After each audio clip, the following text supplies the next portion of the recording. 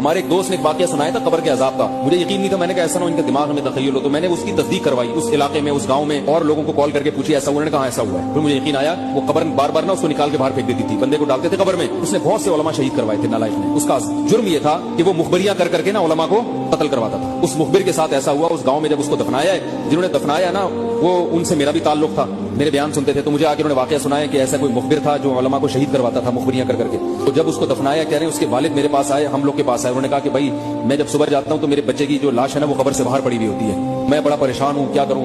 تو اچھا قبر بالکل صحیح ہوتی ہے اوپر سے, اور وہ بندہ باہر ہوتا ہے, وہ دوبارہ بند ہو جاتی ہے قبر. تو ہم بڑے پریشان ہیں, کیا کریں. یہ کوئی شخص شرارت کر رہا ہے. کہہ رہے ہیں مخبر آدمی تھا, وہاں کے گاؤں کے لوگوں نے بتایا. تو اس کی لاش جب باہر پڑی ہوتی تو باپ اور بھائی کو لوگوں نے مشورہ دیا اس لڑکے کے کہ تم لوگ رات کو قبرستان میں جا کے بیٹھ جاؤ, پہرا دو کہ کون آتا ہے نکال کے جاتا ہے اور قبر کو پیک کر کے چلا جاتا ہے.